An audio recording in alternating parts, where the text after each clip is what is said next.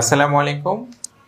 আজকে একটি গুরুত্বপূর্ণ বিষয় নিয়ে আমরা কথা বলবো ইনশাআল্লাহ। সেটি হচ্ছে ছোট বাচ্চাদের নাক বন্ধ থাকা এবং নাক ডাকা নিয়ে।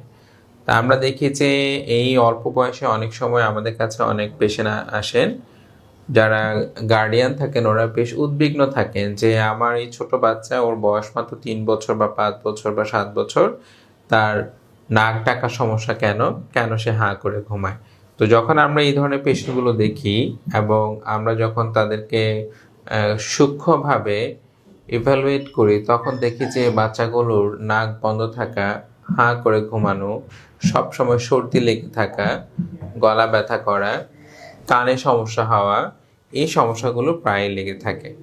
এবং আমরা যখন অভিভাবকদের থেকে জানতে চাই, ওনাদের প্যারেন্টস বা যারা গার্ডিয়ান থাকেন, তখন তারাও দেখা যায় যে আমাদেরকে বিভিন্ন রকমের লক্ষণগুলো বলে থাকেন, যেগুলো আমরা এই বয়সে বাচ্চাদের পাই। তাহলে আমরা যখন এরকম সমস্যা পাই তখন আমরা চিন্তা করি যে কেন এই সমস্যাগুলো হতে পারে। এই সমস্যাটা হওয়ার একটা প্রধান কারণ হচ্ছে ছোট বাচ্চাদের ক্ষেত্রে যে নাকের পিছনে আমাদের এক ধরনের রোগ প্রতিরোধকারী টিস্যু থাকে, যেটাকে আমরা এডিনয়েড বলি। এই এডিনয়েডটা সাধারণত সব বাচ্চাদেরই কিন্তু থাকতে পারে। তাহলে অসুবিধা কেন হচ্ছে? এই অসুবিধাটা হওয়ার কারণ হচ্ছে যখন বারবার ইনফেকশন হওয়ার কারণে বা রোগ প্রতিরোধ ক্ষমতা টিস্যুগুলো যখন বড় হয়ে যাচ্ছে, তখন দেখা যায় যে নাক দিয়ে বাতাস নেওয়ার যে একটা স্বাভাবিক প্রক্রিয়া, সেই প্রক্রিয়াটি ব্যাহত হয়।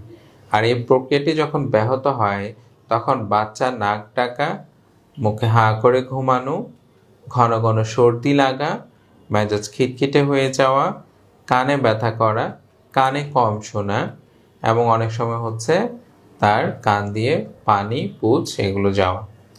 যখন তাকে ওষুধ খাওয়ানো হয় তখন দেখা যায় যে সে সাময়িক হয়তো কিছুদিন ভালো থাকে, অথবা সমস্যাগুলো লেগেই থাকে। কিন্তু যখন আমরা এই পেশেন্টগুলো পাই, ওনাদের থেকে যখন আমরা বিভিন্ন রকমের তার ট্রিটমেন্টের ইতিহাস জানতে চাই, তখন দেখি যে ওনারা যথাযথ চিকিৎসা না নিয়ে অনেক সময় হোমিও বা কবিরাজ বা লোকাল ফার্মেসি, বিভিন্ন জায়গা থেকে ওনারা হচ্ছে বিভিন্ন রকম ওষুধ খাওয়ান এবং দেখেন যে এটা কোনোভাবেই আর সারছে না। তখন গিয়ে ওনারা অনেক সময় একজন চিকিৎসকের শরণাপন্ন হন। কিন্তু এর মধ্যে অনেকটুকুন সময় হচ্ছে অতিবাহিত হয়ে যায়, যেটা বাচ্চার জন্য তার যে স্বাভাবিক বৃদ্ধি, সেটার অনেক বড় একটা প্রভাব ফেলে। এই বয়সে নাক ডাকা অথবা মুখে হাঁ করে ঘুমানো, এটা কেন বাচ্চার জন্য ক্ষতিকর? এটা ক্ষতিকর হওয়ার একটা প্রধান কারণ হচ্ছে আমরা নাক দিয়ে নর্মালি যে বাতাসটা নেই সেটার মধ্যে অক্সিজেন থাকে। যখন দেখা যায় যে এই বাতাস নেওয়াটার ঠিকমতো হচ্ছে না, তখন তার অক্সিজেনটা কম যায় এবং এই অক্সিজেন এবং যাওয়ার কারণে তার যে স্বাভাবিক বুদ্ধির বিকাশ বা ব্রেনের ডেভেলপমেন্ট আমরা যেটা বলি, সেটা সাধারণত হয় না। একটা বাচ্চার সাধারণত এই যে ব্রেনের ডেভেলপমেন্ট হয়, এটা 8 বছর পর্যন্ত অনেক বেশি হয়, এরপরে কিন্তু আর সাধারণত হতে চায় না। আর এই রোগটি সাধারণত 3 থেকে 8 বছর বাচ্চাদেরই বেশি হয়ে থাকে। তো যখন এই 3 থেকে 8 বছর বা 12 বছর বয়সে বাচ্চাদের এই রোগটা হয়ে থাকে, তাদের এই ব্রেনের ডেভেলপমেন্ট অথবা বুদ্ধির বিকাশ, এই জিনিসগুলো কম হয়ে থাকে। এখন আমাদের সামনে ঠিক এরকমই একজন পেশেন্ট আমাদের সামনে আছেন। আমরা এখন জিজ্ঞেস করব যে ওর কি কি সমস্যা ছিল। আসসালামু আলাইকুম। আচ্ছা, ও আপনার কি হয়? আমার নাতিজি। আচ্ছা, ওর কি কি সমস্যা হচ্ছে বলেন তো? ওর সমস্যা মনে করেন যে জন্ম থেকে আস্তে আস্তে সামান্য নাক ডাকতো। আচ্ছা তো এই দুরাদিন আস্তে আস্তে হইতে হইতে যখন বয়স বাড়িতেছে, বয়সের সাথে সাথে রোগটাও বাড়তেছে। আচ্ছা, বাড়তেছে বলে যে সবাই বলে যে এমনি স্বাভাবিক হলেন নাক ডাকে, নাকটা এটাই ভাবছি। এটা ভাবতে যে এখন আজকে দীর্ঘ 7 সময় ধরে আমার একটা অনুমান হচ্ছে যে নাকে কোনো একটা সমস্যা হয়েছে। সমস্যা হয়েছে এমনি হেতার মা আমার ফোন দিয়ে কই যে এই সমস্যা আঙ্গ পাইতে বাইতে হয়েছে যে দীর্ঘ মাস 2 কইছে। 2 মাস আমার কাছে যখন তখন আমার একটা অনুভব হয়েছে যে ও নিঃশ্বাস যখন আটকে যায় তখন চুপ করি এভাবে থাকি নিঃশ্বাসটা যখন হালাইতে হাত পা লাফালাফি করি লাগজন এতে বিছনাতে উঠি বসে আচ্ছা যায়। আচ্ছা ওর হচ্ছে কি নাক বন্ধ থাকে? নাক বন্ধই থাকে, একদম ছাই থাকি মুখের দিকে, আপনার মতন এভাবে ছাই তাকাই থাকি।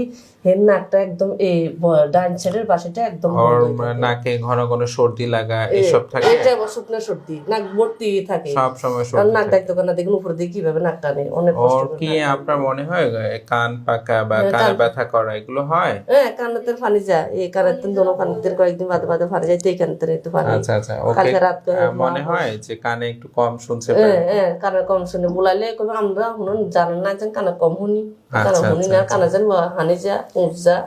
তা আমরা এই যখন যে দেখি যে নাকের, গলার এবং কানের কিছু সমস্যা ছাড়াও বাচ্চার আচরণগত কিছু সমস্যা হয়ে থাকে, আমরা যদি জিজ্ঞেস করি আমরা হয়তো জানতে পারবো। ওর কি মেজাজ খিটখিটে থাকে, এরকম সমস্যা কি হয়? না, আমরা শান্ত শব্দ আছে অতটা, শান্ত স্বভাব আছে? হ্যাঁ শান্ত শব্দ আচ্ছা। আছে। ওর কি নর্মাল যে পড়াশোনা, ও কি স্কুলে যায়? মাদ্রাসাত ভর্তি করছি, মাদ্রাসায় যায়? মাদ্রাসাত তো এই ধরনের বাচ্চাদের কিন্তু সাধারণত যখন ওরা মনে রাখতে স্কুল, পারে না, জিলেখি দিলে এটা মনে রাখতে পারে না। মাদ্রাসায় যায় সাধারণত ভুলে যায়, যে তার যে স্মৃতিশক্তি প্রখর হওয়া এটা কিন্তু দুর্বল হতে থাকে। দুর্বল হয়ে এটা- গেছে দেখতেছি, এবং আমরা নিজে এটা দেখতেছি। একটা লম্বা সময় ধরে বাচ্চাদের যে বুদ্ধির বিকাশ আমরা বললাম সেটার উপর মারাত্মক প্রভাব ফেলে। তো আপনারা যে এই যে এতদিন ধরে ভুগছেও, আপনারা কি কোনো চিকিৎসা নিয়েছেন? চিকিৎসায় হোমিও ডাক্তারের কাছে গেছি, দেখাচ্ছি যে হোমিও ডাক্তার কানের লাই প্রথম নিচে কানের লাই, আচ্ছা আচ্ছা তো নিচে মতন কানের ওষুধ দিছে না, আর মাসখানিক বালা ছিল, বালা হয়ে পর আঙ্গ বাড়িতে আইছে, বাড়িতে আইছে না, আর অনহের মাকে তাদের ডাক্তার কাছে মুখ কানে হাঁটাইছে। এখন হোমিও যে খাওয়ালেন, ওর কি হোমিও খাওয়া থেকে কোনো তার ইমপ্রুভমেন্ট হয়েছে, কোনো না। উন্নতি হয়েছে? না, কোনো ক্ষতি হলো তা না। আমরা দেখি যে প্রায় শুধু ওনারা না, বেশিরভাগ যারা আসেন, বাড়ি জানার লগে আমি মনে করেন লই চলে গেছি। বেশিরভাগ যারা আসেন তাদের এই একই রকমের এই যে চিকিৎসা নেওয়ার হিস্ট্রি থাকে। এখন যখন আমরা এই রোগীগুলো পাই তখন তাদের প্রথম কোশ্চেন থাকে যে কি করবেন তারা। তো এই ধরনের যে রোগ বালাইগুলো আছে, যে অসুখটা আছে এডিনয়েড, এটার আসলে একমাত্র চিকিৎসা হচ্ছে সার্জারি। তো বেশিরভাগ সময় আমরা দেখি যে বাচ্চাদের বয়স কম থাকে, গার্ডিয়ান বা প্যারেন্টস যারা থাকেন ওরা বলেন যে না আমার বাচ্চা ছোট, আমরা অপারেশন করতে চাই না। কিন্তু এটা সাধারণত এই বয়সেরই রোগ, এবং এই বয়সে অপারেশন করলে পরিপূর্ণ সুস্থ হওয়ার সম্ভাবনা প্রায় 100%। এবং আরেকটা কোশ্চেন থাকে যে যখন আমরা এই অপারেশনটা বা সার্জারিটা করব তার কোনো কাটাছেঁড়া থাকবে কিনা, সে দ্রুত সুস্থ হবে কিনা। তো এই রোগটা যখন, এটা অনেক পুরনো চিকিৎসা পদ্ধতি, নতুন চিকিৎসা পদ্ধতি আছে, সব রকমের চিকিৎসা পদ্ধতিতে সাধারণত বাচ্চাদের ভালো হওয়ার সম্ভাবনা অনেক অনেক বেশি, এবং বাইরে কোনো রকমের কাটাছেঁড়া করা হয় না। এবং আধুনিক চিকিৎসা পদ্ধতি যেটা, সেটা হচ্ছে যে এন্ডোস্কোপের সাহায্যে সাধারণত আমরা অনেক সময় এই সার্জারিটা করে থাকি, যার ফলে বাচ্চাদের সম্পূর্ণ ভালো হওয়ার সম্ভাবনা অনেক অনেক বেশি থাকে। আপনাদেরকে অনেক অনেক ধন্যবাদ। আসসালামু আলাইকুম।